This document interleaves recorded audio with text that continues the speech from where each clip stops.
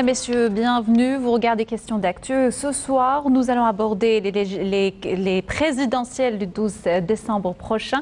Et avec nous, Leïla Soufi, membre de l'Autorité nationale indépendante des élections, et Beket Barkani, également membre de l'Autorité nationale indépendante des élections. Bonsoir.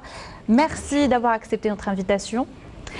Alors, l'ANI a validé samedi 5 dossiers de candidature dans l'attente de leur validation par le Conseil constitutionnel dans les prochains jours.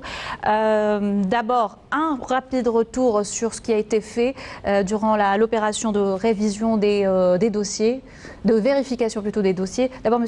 Beket, ensuite Mme Soufi. Alors, merci tout d'abord de votre invitation. Pour la clarté et pour la justesse des choses, vous savez que l'autorité nationale indépendante des élections a la charge, dans un premier temps, de recevoir les dossiers des candidats, les stémarats, c'est-à-dire les parrainages qui sont délivrés par les candidats selon la loi. Vous avez un certain nombre qui est exigé, à savoir 50 000. Je vous rappelle que dans l'ancienne législation, c'était de 60 000, répartis dans au moins 25 wilayats, à raison de pas moins de 1200 dans chaque wilaya. Donc l'autorité a commencé à recevoir, durant ces derniers jours, selon l'obligation légale et la réglementation, les cartons de parrainage. Bien entendu, l'autorité compte 50 personnes qui sont membres, en cela aidés par des magistrats de la Cour suprême, du Conseil d'État, et ainsi, au bout du compte, des informaticiens qui se sont chargés de la deuxième opération. La première étant dans la vérification, feuille par feuille, n'est-ce pas, de tous les parrainages qui ont été délivrés, je vous rappelle, aux candidats à la candidature. Nous avions délivré 10 millions de formulaires de parrainage en fonction des 143 candidats, ceux qui prétendaient la candidature, qui se sont présentés. La première échéance, c'était de demander juste un certificat de l'enseignement supérieur, c'est-à-dire qu'ils avaient fait des études supérieures. Le reste, c'était une affaire de contrôle manuel, ensuite informatique, de la réalité du parrainage en lui-même, qui a été fait par l'ensemble des membres de l'ANI et en cela des magistrats.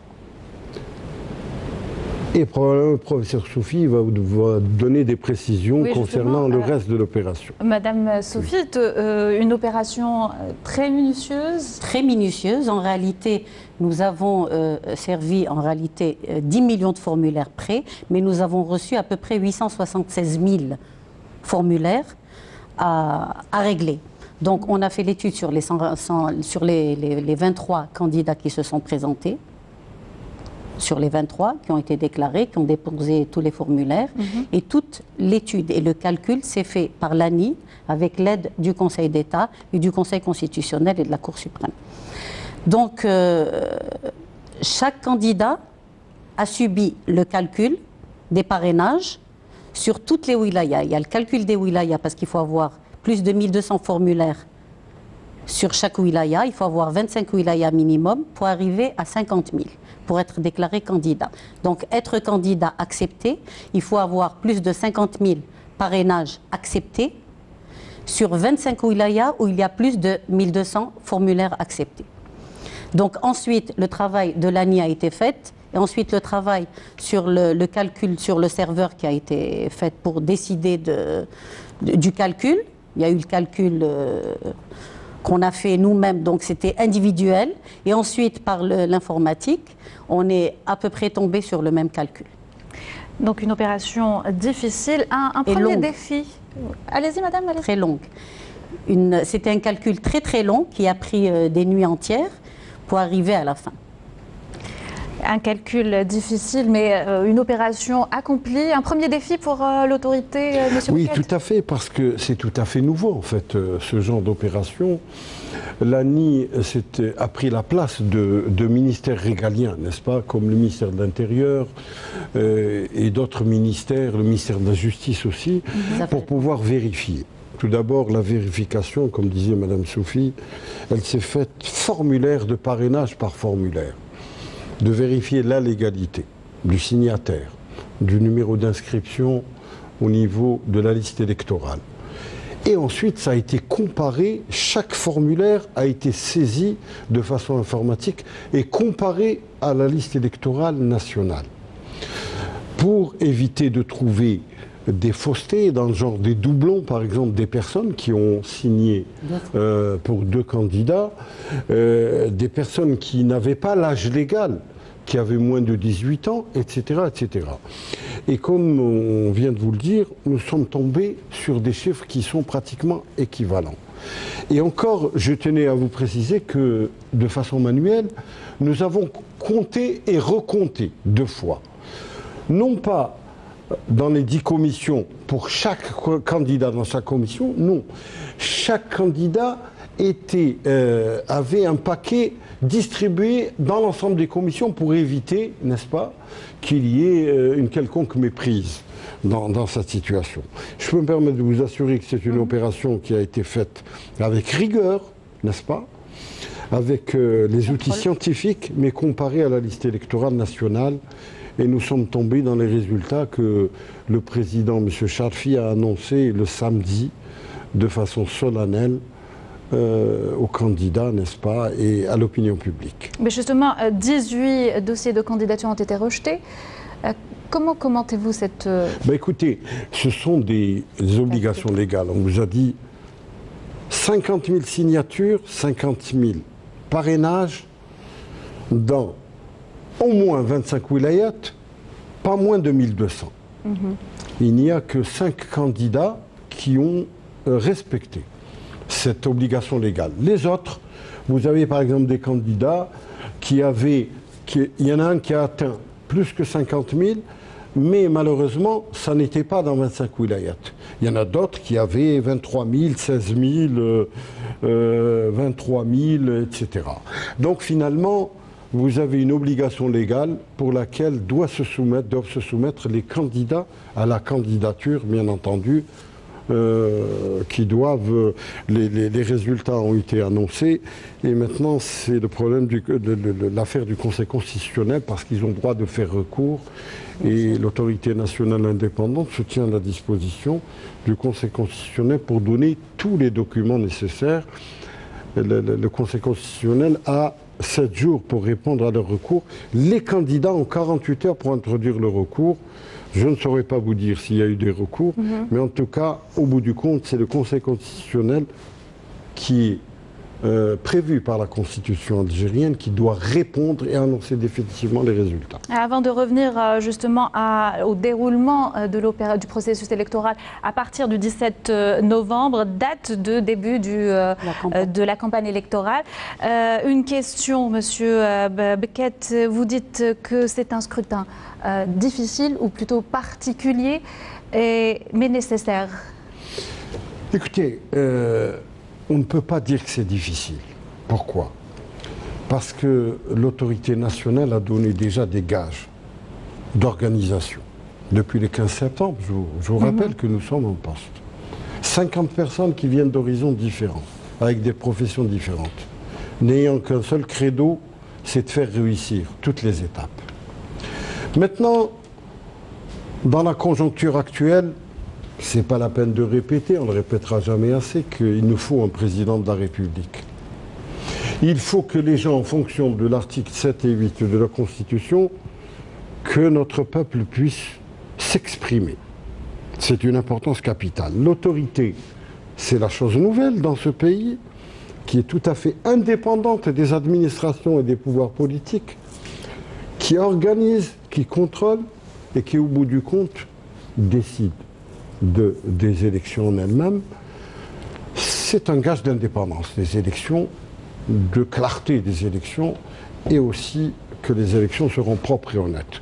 Nous espérons que nos concitoyens comprennent bien un petit peu le défi auquel nous sommes tous confrontés, nonobstant de la situation en elle-même qui est ce qu'elle est.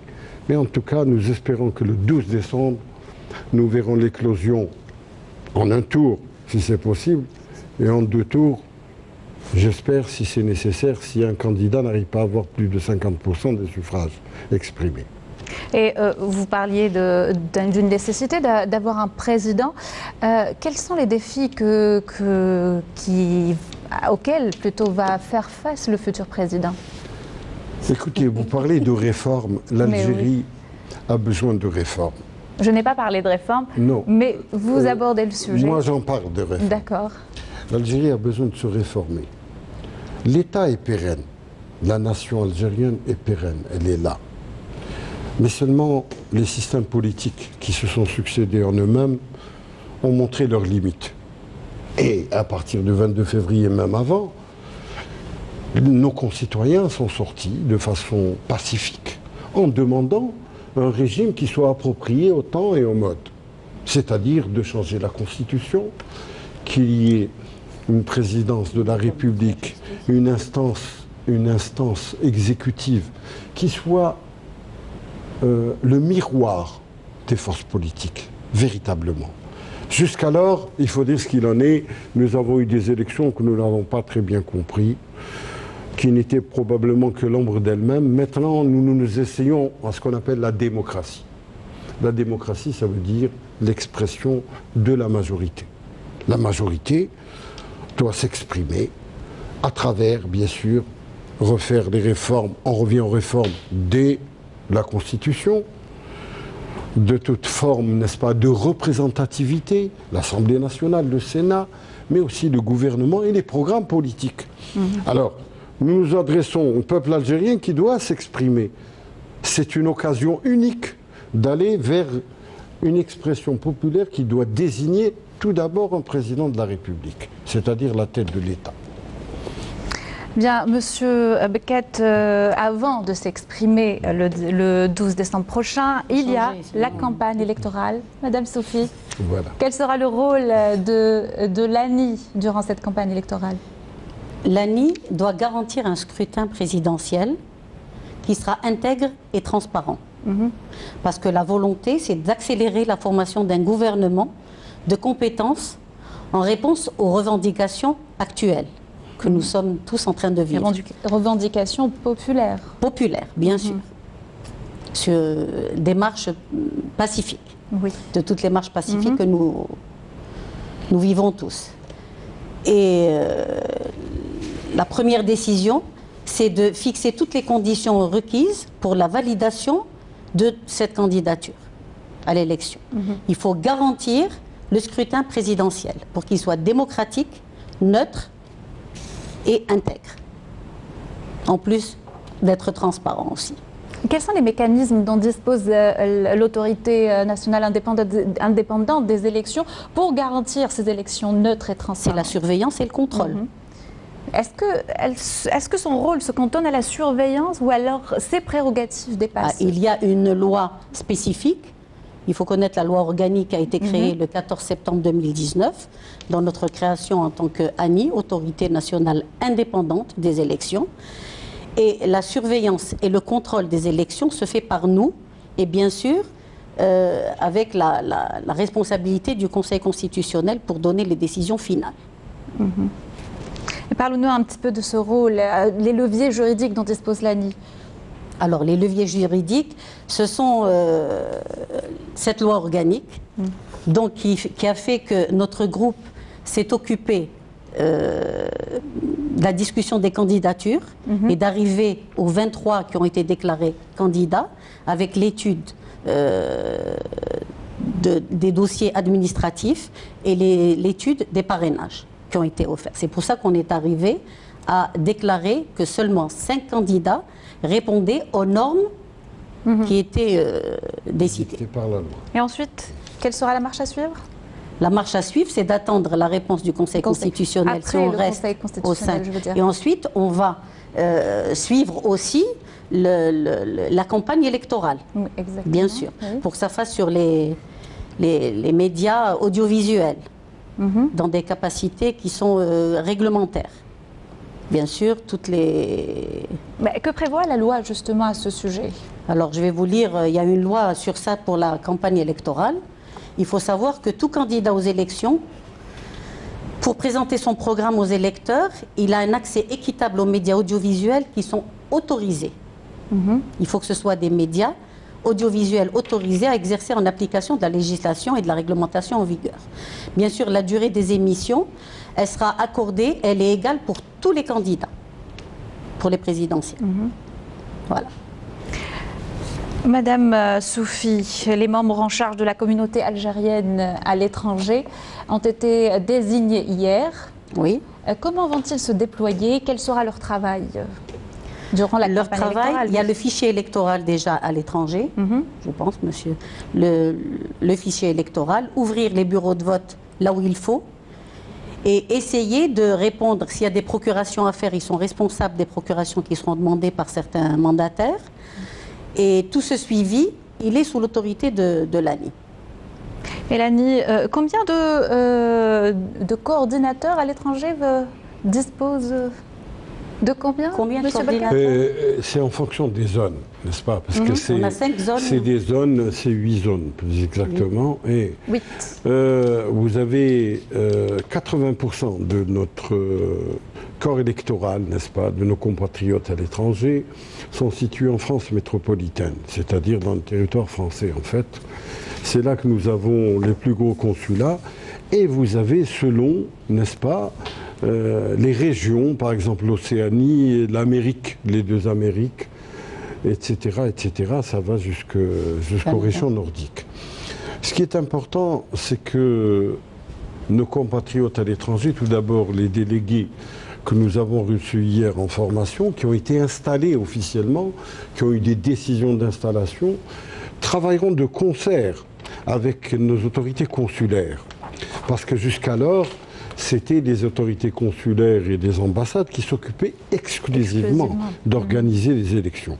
Maintenant, c'est un petit peu le démembrement de l'autorité nationale qui est fait par nos représentants à l'étranger, qui eux s'occuperont de l'organisation, du contrôle, mais aussi du suivi des élections jusqu'au dépouillement.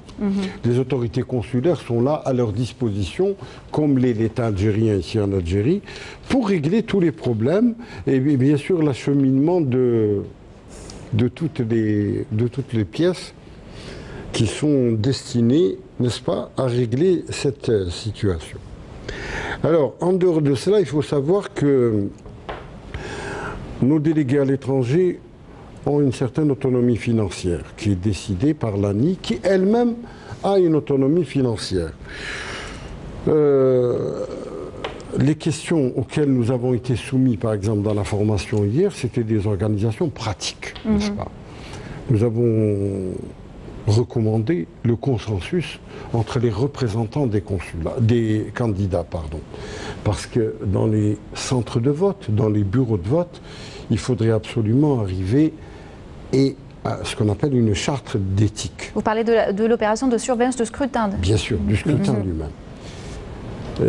D'ailleurs, Monsieur le Président de l'ANI va élaborer bientôt ce qu'on appelle une charte de l'éthique, que doivent observer d'abord l'ANI, les candidats, mais aussi le reste des, je dirais, en particulier des médias en eux-mêmes, pour essayer de rendre ces élections assez crédibles. C'est la première fois en Algérie, depuis l'indépendance, que des élections se trouvent sous l'autorité d'une institution qui est totalement indépendante. Bien entendu, il faudrait, pour un coup d'essai, il faudrait que ce soit un coup de maître, il faudrait que ça réussisse. Et là, nous avons eu le bonheur de voir des compatriotes, des concitoyens à l'étranger qui étaient totalement partie prenante pour faire réussir ces élections en assiduité. Parce que c'est ce qui compte pour nous, maintenant que le libre choix des concitoyens se fasse vis-à-vis des candidats de leur choix. Voilà. Il y a aussi les membres, les commissions électorales des résidents à l'étranger chargées de centraliser les résultats définitifs enregistrés par l'ensemble des commissions des circonscriptions diplomatiques. Madame Sophie, vous avez tout à l'heure parlé de désignation de ces membres. Comment se fait la désignation des membres de ces commissions? C'est un choix qui est fait par notre président, bien sûr, qui est proposé par les gens qui travaillent au niveau des consuls ou des ambassades. Donc il est formé par l'ANI. Ils se sont présentés hier. C'est ça? C'est ça. Ils se sont présentés hier. Ils ont été formés pour prendre en charge toute la loi organique de l'ANI. Donc ce qu'il y a, la campagne électorale va commencer le 17 novembre et le vote au niveau de l'étranger va commencer 120 heures avant la date du scrutin. Le 12 décembre. Qui est déclaré au 12 décembre 2019. Donc c'est 120 heures avant, c'est à peu près 5 jours. Et durant cette période, l'ANI prendra en charge toute l'opération. Bien sûr. Monsieur Beckett a parlé de la surveillance et d'une entente. Vous avez proposé? Bien sûr. Parce qu'on peut pour pas surveiller entre les candidats, c'est ça? Bien entendu. Vous comprenez bien que les bureaux de vote sont un petit peu disséminés, quoique ils sont dans des locaux qui sont prévus d'ailleurs à cet effet déjà par nos consulats. Et pour plus de transparence, parce que nous dites non, il faut que étant donné la longueur des opérations de scrutin, qui durent plusieurs jours, pour des raisons de commodité de nos concitoyens à l'étranger, ce n'est pas le cas de notre territoire national où ça dure que le jeudi d'une heure légale à une heure légale. Oui. À l'étranger, pour plus de commodité, donc il y aura comment dirais-je, une urne qui est là. Il faudra qu'il y ait une entente et un consensus entre les représentants du candidat, entre les membres de l'ANI chargés de la surveillance et entre les autorités consulaires pour essayer de sécuriser cette urne et de permettre qu'il n'y ait pas de suspicion quelconque. En parlant de la ressource humaine de surveillance, l'une des difficultés rencontrées par l'ANI est le manque de volontaires. Où en est aujourd'hui cette opération de mobilisation? Mohamed Chalfi avait parlé de besoin de 500 000 personnes pour surveiller le jour des élections. En Algérie. En Algérie, exactement. En Algérie, nous avons par exemple aujourd'hui un séminaire concernant les représentants des wilayas et les conseils de wilaya pour essayer de mettre au point les derniers. Nous avons eu déjà une réunion avant installation pour essayer de mettre au point ce démembrement, parce que c'est un démembrement pour que dans les communes, il y ait des personnes qui soient prêtes à désigner et de préférence qu'il y ait une certaine expérience des élections. Parce que ça n'est pas facile de faire des registres. À l'étranger... Je rappelle quand même qu'il est interdit à des personnes qui ont participé aux élections précédemment d'y participer cette fois. Ça, c'est pour les délégués, les délégués de wilaya. Mais en cas de volontariat, bien entendu, on peut faire appel à des personnes qui sont là pour aider tout simplement au déroulement du scrutin de façon... À l'étranger, la question nous a été posée par nos représentants à l'étranger. Nous leur avons demandé de faire appel aux étudiants, à la diaspora, n'est-ce pas, qui est à l'étranger et qui est de toute façon tout à fait disposé à faire partie de ces bureaux de vote et de nous aider dans les opérations de scrutin. Voilà. Bon, je reviens à toujours à cette question des prérogatives de l'ANI. Est-ce que les prérogatives de l'ANI peuvent lui donnent toute l'envergure pour contenir ces élections ou surveiller ces élections? Oui, c'est la surveillance et le contrôle des élections. Oui, c'est l'ANI qui s'en occupe. Bien sûr, la décision finale, on revient à le dire, c'est le Conseil constitutionnel. Et il y a une loi organique qui a changé. Celle de 2016 a été changée pour l'autorité indépendante, qui existe depuis le 14 septembre 2019. Donc c'est cette loi organique qu'il faut suivre. D'accord. Il y a aussi la loi créée par l'ANI du 10-10-2019, où ils ont pris 3 décisions. Notre président a pris 3 décisions. La première décision, c'était la relation avec le fichier électoral.